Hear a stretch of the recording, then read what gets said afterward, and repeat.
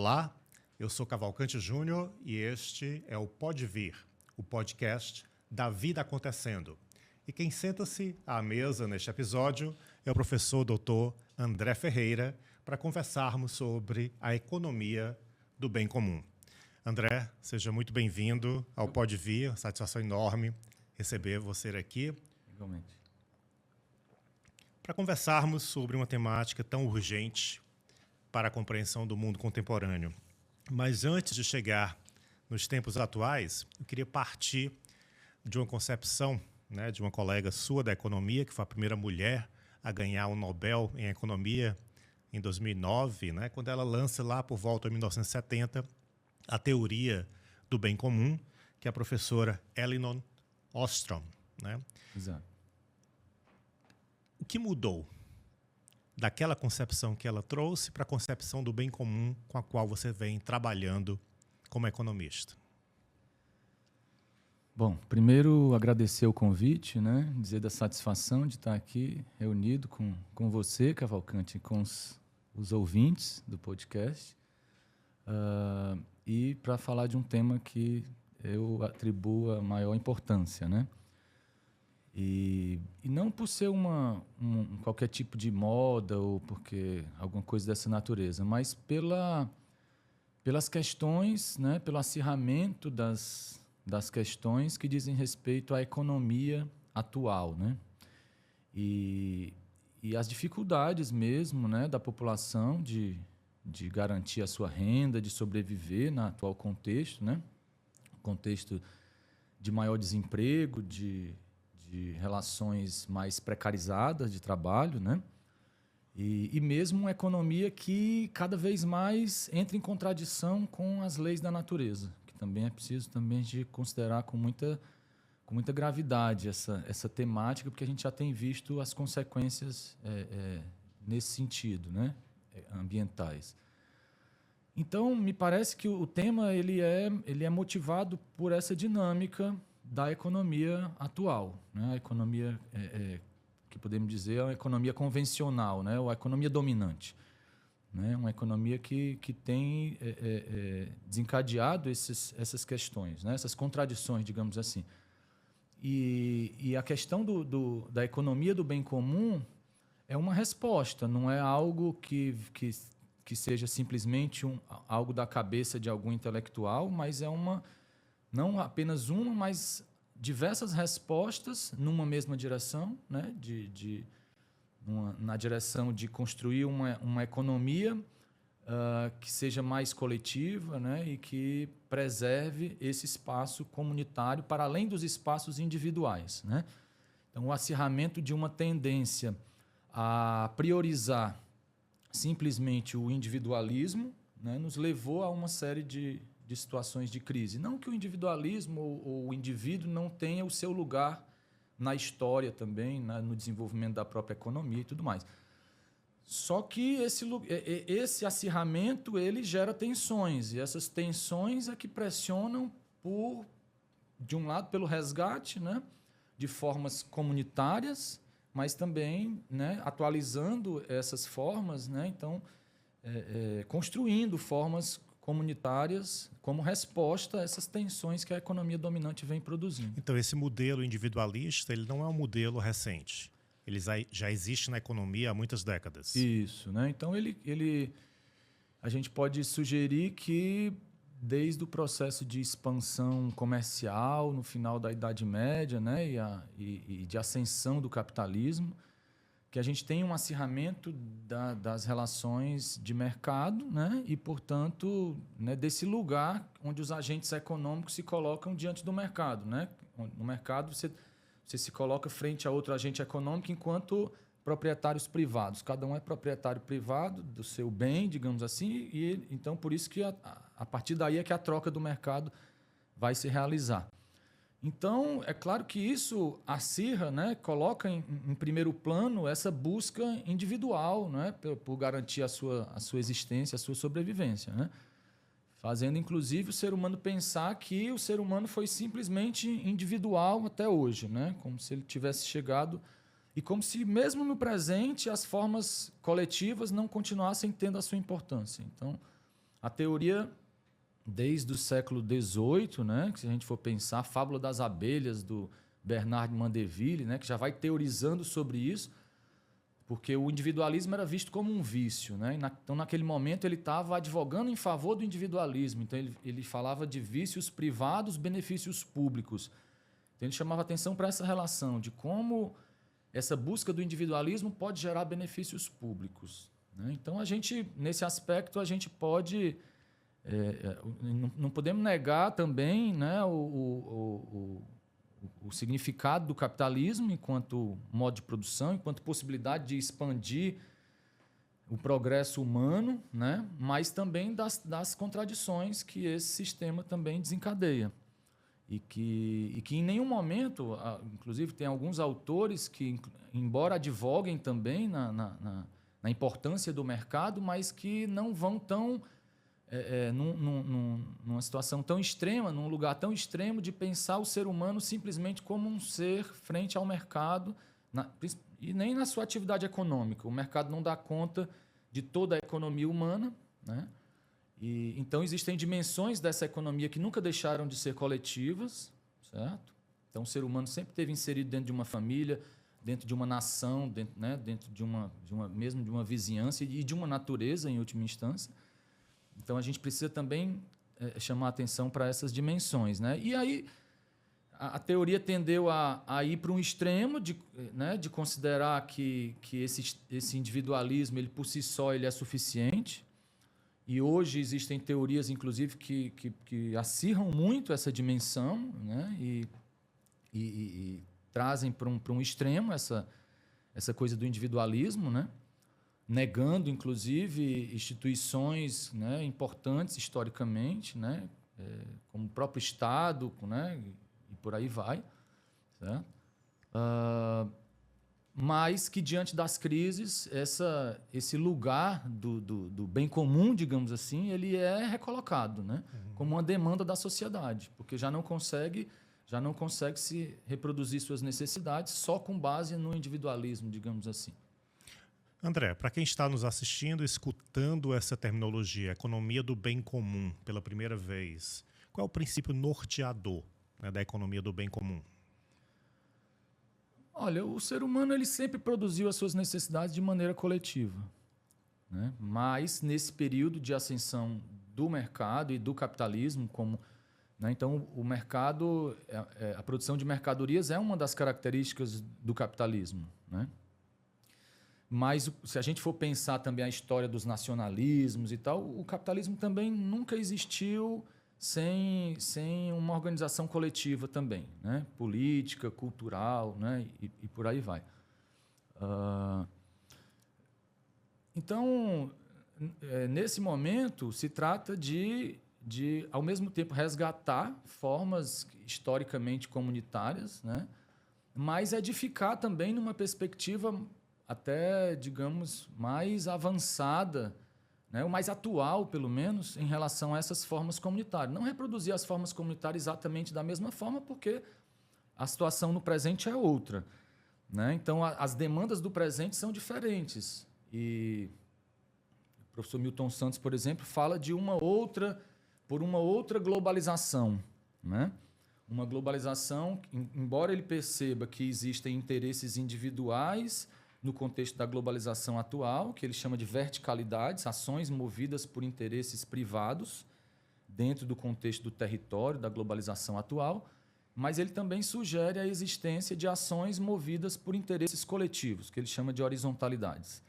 E ele, justamente no momento em que essas verticalidades estão muito fortalecidas no contexto da globalização, e ele pensa a possibilidade de que as horizontalidades, que seria, digamos, uma representação conceitual do bem comum, né, ou dos interesses, das ações humanas organizadas em torno de bens comuns, né, de que as tensões da atualidade elas tenderiam a fortalecer as horizontalidades e que nós estaríamos, então, diante de um período popular da história, como sugere o professor Milton Santos.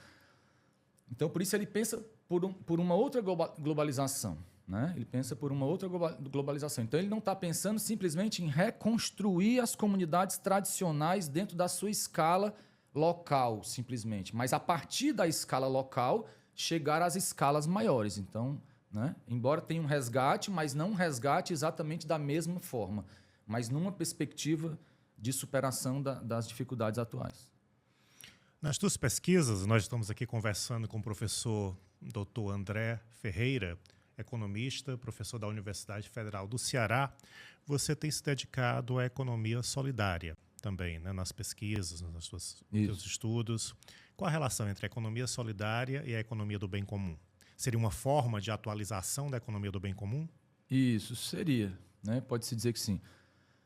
Existe uma experiência, né, que é só a título de exemplo, né, para a gente pensar a existência dessas economias do bem comum, né? Então, são várias formas que o território vai encontrando, que as pessoas vão encontrando no território, né, diante das contradições que vão se acirrando né, em relação ao acesso à renda, ao acesso aos meios de produção, né? Então, e a população vai se organizando de diferentes formas coletivas. Claro que essa não é a única tendência que existe no território. Existe uma tendência do extremo individualismo também, né? De você, então, né, buscar formas cada vez mais individualizadas de tentar sobreviver. Mas existe, por outro lado, uma série de segmentos que estão buscando se organizar para produzir sua vida, né, de uma maneira mais comunitária. E aí, o Papa Francisco, né, em algum momento, foi perguntado se essa economia do bem comum de fato existe, né, que eles chamaram de economias de Francisco, né, em relação a São Francisco, né, que inspira o Papa atual, né? E aí ele diz, então vamos convidar essas economias, né, economia de negros e negras, a economia solidária, a economia da compaixão, a economia feminista, né, economias indígenas. Vamos convidar para um encontro, né, lá na Itália, lá em Assis, se não estiver enganado, foi lá que aconteceu. E, enfim, então isso só para a gente ter uma noção de que existem outras formas, né, para além da economia solidária. O que é economia solidária? De formas... O que une essa perspectiva é que são formas coletivas, né, de se produzir as necessidades, né? Então, não baseadas na propriedade privada, mas numa propriedade coletiva, algum tipo de propriedade coletiva. E aí isso pode incluir desde grupos informais, ou associações, ou cooperativas, ou redes de pequenos produtores. A forma como isso vai se manifestar é bastante variada, né? E o segmento da população, né? Então, isso inclui desde mulheres em situação de opressão, que muitas vezes se encontram numa atividade coletiva, uma possibilidade, inclusive, de contribuir para uma emancipação, né, econômica e política, em última instância. Indígenas, né? Mas, enfim, normalmente grupos que são oprimidos dentro da sociedade e que enfrentam dificuldades para reproduzir suas necessidades, né, de existir, né? Então, a economia solidária ela estabelece determinados princípios, né? E são princípios que vêm de uma tradição do próprio movimento da classe trabalhadora. Então, acho que essa é uma especificidade também, né? Não que isso esteja restrito, não que outros segmentos da sociedade, que por mais que não tenham uma identificação tão imediata com essa tradição de organização da classe trabalhadora, como o próprio movimento indígena ou algum outro, né, movimento de quilombolas, mas que muitas vezes se identifica também com aqueles princípios, né, porque são segmentos da população, né, que normalmente também a própria classe trabalhadora também resgata formas de organização a partir das formas tradicionais, né? Então tem uma relação aí né, das comunidades tradicionais de lançar mão de princípios da economia solidária, né? E dentre os princípios, a propriedade coletiva, a livre iniciativa, né? A questão da sustentabilidade, da distribuição equitativa das sobras, né? A gente não chama de lucro excedente, né? Chama de sobras, enfim, né? Coisas dessa natureza. E André, quem está ouvindo e está se interessando pela temática, o que você recomendaria das suas leituras né, para que essas pessoas pudessem conhecer mais tanto a economia do bem comum como as suas variações, a economia de Francisco, a economia de negros e negras, a economia feministas. O que você traz aí na sua biblioteca pessoal que você poderia sugerir? Eu acho que a gente tem uma longa tradição em vários momentos, né, de uma economia do bem comum, né? A gente tem desde dos romances do período do Thomas Moros, lá século XVI, né? O Tommaso Campanella, o Thomas Moros, a Utopia, né? Então esses romances eram essa sociedade administrada em comum, né? Gerida em comum, né? Baseada na propriedade coletiva, ela foi historicamente teorizada, né?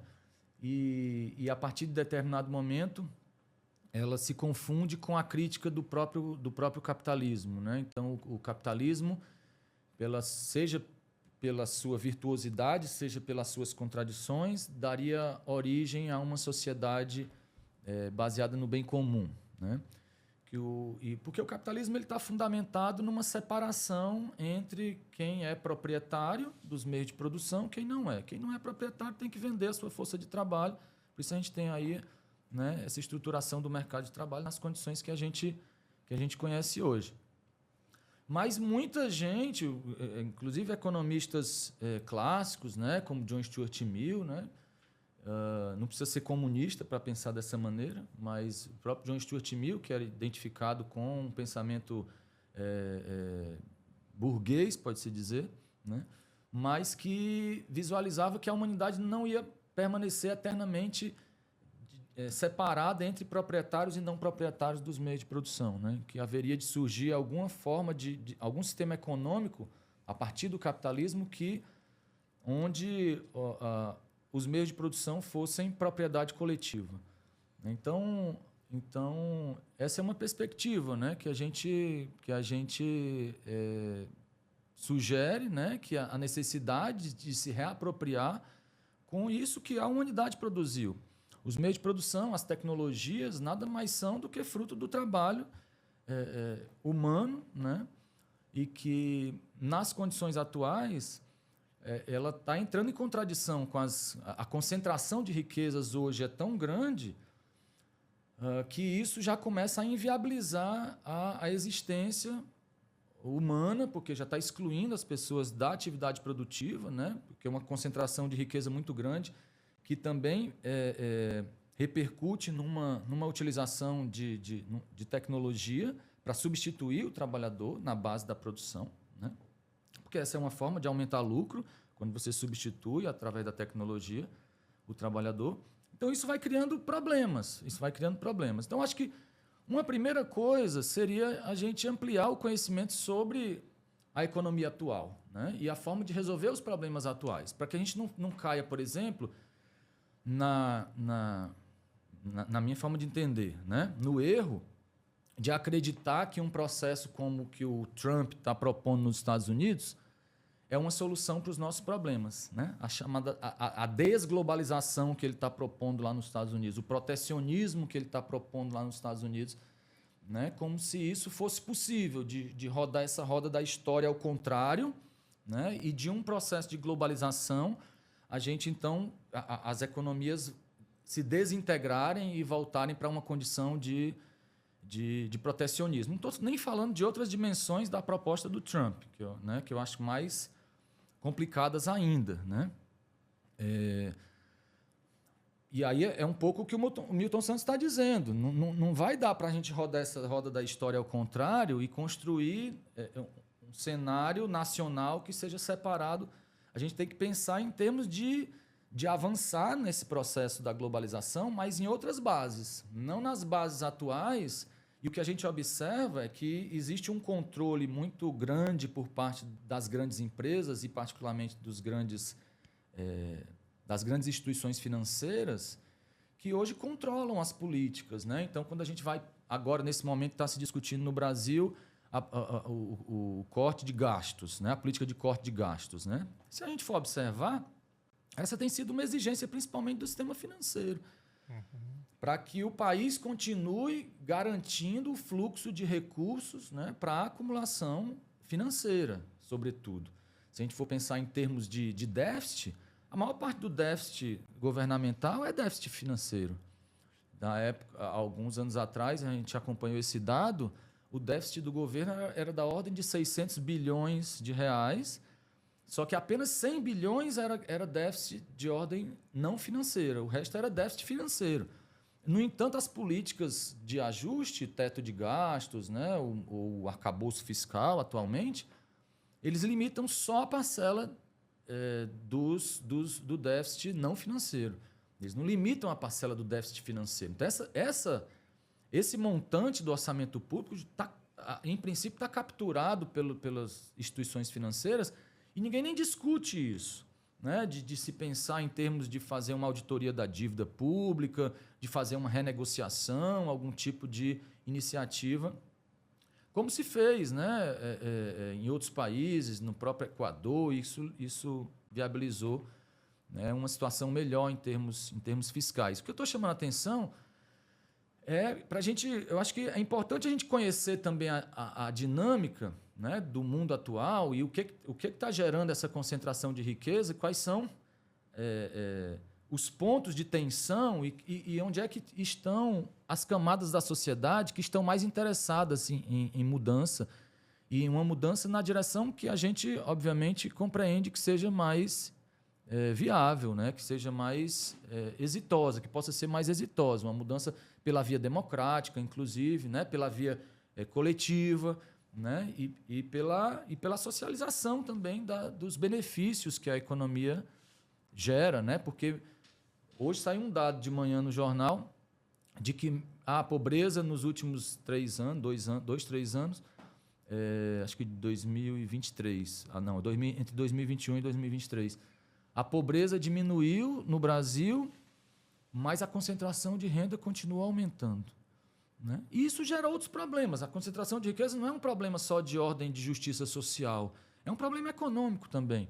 Você pegar autores como Kalec, como Keynes, né? Eles já identificaram de que maneira é que uma maior concentração de riqueza gera crise econômica, né? Porque a economia não consome tanto, ela termina produzindo muito, porque a riqueza está muito concentrada e a possibilidade de investimento é alta, você tem muito recurso concentrado. Então, você aumenta a oferta, mas a demanda não acompanha, porque a riqueza está muito concentrada, então a grande massa da população não consome. Isso gera crise. O período que a economia mais cresceu no mundo, no pós-guerra, os 30 anos gloriosos chamados do capitalismo, né? Os livros do Hobsbawm, ele descreve tudo isso, né? Foi o período que mais teve política distributiva. E hoje a gente tem uma ideia, e aí isso é fruto também dessa ideologia extrema, né, do individualismo extremo que a gente chegou, certo? Que nenhuma política de distribuição de renda, tudo isso é nocivo. Ao contrário, foi o período que a economia capitalista mais cresceu. Então, e aí uma coisa que o Zé Paulo Neto, mas acho que o Frei Beto também já deve ter falado alguma coisa nesse sentido, é da questão do socialismo, né? Porque enquanto existiu o socialismo, e aí a gente pode até fazer uma discussão mais profunda sobre a questão da União Soviética, a própria crítica, afinal de contas, né? Derrocou, né? A coisa faliu, né? E tal, então precisa realmente sempre passível de crítica, mesmo as iniciativas da classe trabalhadora, né? São passíveis de crítica. Mas uma coisa que esses autores argumentam é de que enquanto existiram os países socialistas, tinha pelo menos uma disputa com os países capitalistas que forçava o país capitalista a ter uma política minimamente voltada para o bem comum. Para o bem comum, o capitalismo, né? O estado de bem-estar social, as leis trabalhistas, tudo mais. Quando o muro de Berlim caiu e a União Soviética caiu, o capitalismo vem na sua forma mais pura, acabando, inclusive, com esses benefícios sociais que ele havia criado, como um sistema de pesos e contrapesos, né? Como um sistema de pesos e contrapesos. Então, tudo isso passou a ser visto como arcaico.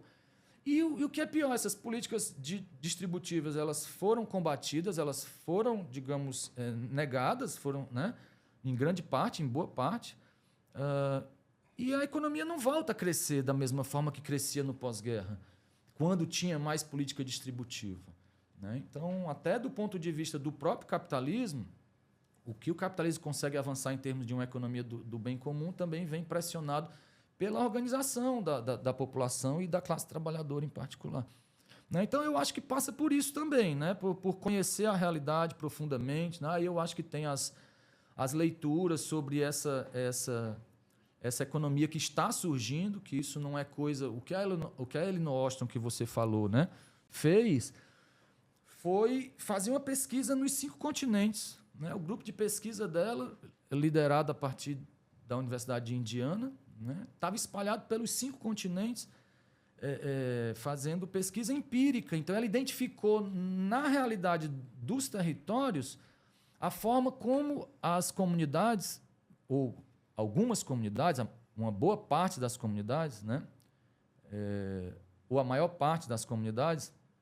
gerencia os recursos, né? Porque aí ela estava negando uma teoria que vem junto com essas teorias individualistas, que é a tragédia dos comuns, né? Do Garrett Hardin. Então, essa teoria era a teoria dominante em economia até então, e ela ganha o prêmio Nobel porque ela consegue, através de uma pesquisa empírica, mostrar que, na prática, os recursos estavam sendo bem geridos naquelas experiências que foram estudadas. Experiências coletivas, porque o que a teoria do Garrett Hardin dizia é que qualquer recurso, quando ele é gerido, um lago, por exemplo, que é gerido coletivamente, qualquer um vai querer maximizar o seu interesse privado em detrimento do interesse dos outros. Então, já que o número de peixes aqui é limitado, eu vou levantar bem cedo para ir pescar tudo que eu puder e não deixar para os outros que vêm depois. E o que a Elinor Ostrom vai mostrar é que o ser humano ele é capaz de entrar em acordos, estabelecer acordos para que a gestão seja feita de maneira sustentável e que possa beneficiar. Então, não foi da cabeça dela uma discussão simplesmente teórica. Ela ganhou o prêmio Nobel porque ela fez uma pesquisa. Então, o que a gente tem observado é que essas formas existem, né? Elas têm se desenvolvido. Agora, para onde elas vão caminhar, a gente ainda não sabe. Porque tem gente que diz isso daí pode dar um novo suspiro para o capitalismo, amenizar determinadas tensões do capitalismo. Outros sugerem que ela é possível até de suplantar o capitalismo. É uma discussão. Então, nós estamos conversando com o economista André Ferreira, professor da Universidade Federal do Ceará. E, André, a gente está chegando ao final, né, do nosso episódio. E talvez quem nos acompanhou até aqui esteja se perguntando: e aí, professor, quais são as alternativas para o século XXI, na sua opinião? Pois é, as alternativas, o que a gente sugere, assim, de maneira muito geral, claro que as alternativas a gente encontra, né, no dia a dia, né? O caminho se constrói ao caminhar, né? Mas uma orientação geral, talvez, seria dizer que que as alternativas são coletivas, né? Que eu acho que sozinho a gente não supera a pobreza, né? Tem essa expressão, os movimentos sociais também falam muito isso, né? Sozinho ninguém supera a pobreza, né? Então, é importante a gente partir também das demandas mais imediatas, né? Para construir esse processo organizativo, né? Porque muitas vezes a gente está com uma leitura, digamos, mais especializada, a gente já está fazendo um debate lá na frente sobre a organização da sociedade, e muitas vezes a própria sociedade não acompanha algumas discussões que os especialistas, que é normal, quem está diretamente discutindo certos temas, né, tende a chegar num patamar de discussão mais complexificado, né? Então, eu acho que,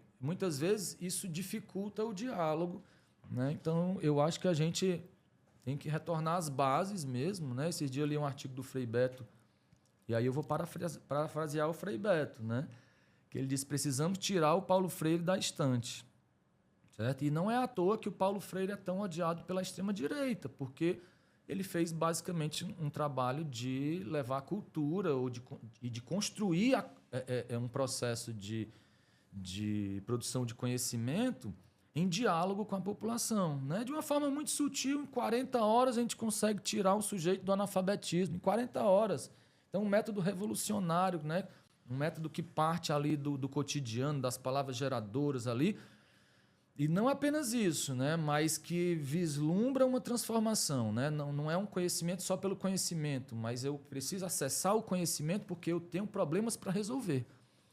Né? Então, acho que a gente precisa se reencontrar com a população, né? Que vive cotidianamente os problemas, né? E nós intelectuais, nós que temos, né? Nos colocamos aí como pessoas que são mais cultas, né? De repente, né? Digamos assim, que eu acho que é questionável essa visão, né? Porque a questão da cultura, né? É uma questão de vivência cotidiana, né? E que a cultura popular também, embora não tenha um conhecimento tão sistematizado, mas eu acho que a gente tem o que contribuir com o nosso conhecimento sistematizado também nesse contexto, mas no diálogo, né? Encontrando junto com a população os problemas, né? Buscando aprofundar conhecimentos, que aí é o que o método do Paulo Freire sugere, né? A problematização da realidade, o aprofundamento teórico, visando a definição de ações para transformar aquela realidade. Né? Então, eu acho que a gente tem, né, um caminho que, assim, para não complexificar muito, né, eu acho que tem algumas chaves assim e o resto a gente vai encontrando no próprio caminho. Né? Então, como vocês ouviram e assistiram, não há necessidade de pessimismo. O convite para esse momento atual é o da coletivização. Reúna-se. Converse, dialogue, como nós estamos aqui à mesa conversando. Você também pode fazer isso na praça, na calçada de casa, na escola. Conversar, talvez resgatar o método paulo freireano seja resgatar essa dialogicidade. E se você tiver um livro de Paulo Freire na estante, quem sabe não é hora de voltar a lê-lo. André, muito obrigado pelo tempo dedicado ao Pode Vir. Eu que agradeço e tem muitas dificuldades, obviamente, né, que a realidade nos coloca, mas também existem muitas possibilidades. Né? O professor Milton Santos, eu acho que também uma inspiração para nós. Né? Ele fala da globalização como fábula, a globalização como ela querem nos fazer ver a globalização como perversidade, então, né, as contradições que ela gera no território, mas a globalização também como possibilidade. Então, a gente tem uma série de possibilidades, né? Um meio técnico altamente desenvolvido, que em alguns momentos se vira contra nós, né? Que a gente tem que divulga fake news, mas que também pode servir para o nosso encontro, né? Para promover esse diálogo que você lembrou bem em relação ao Paulo Freire. Então, que a gente possa encantar os nossos dias com as fábulas e as possibilidades. Então, você acompanhou mais um episódio do Pode Vir, o podcast da Vida Acontecendo, e 2 vezes por mês nós conversamos aqui sobre arte, cultura, literatura e saberes diversos. E eu quero ouvir a tua opinião. Escreve para a gente no @podevir o podcast.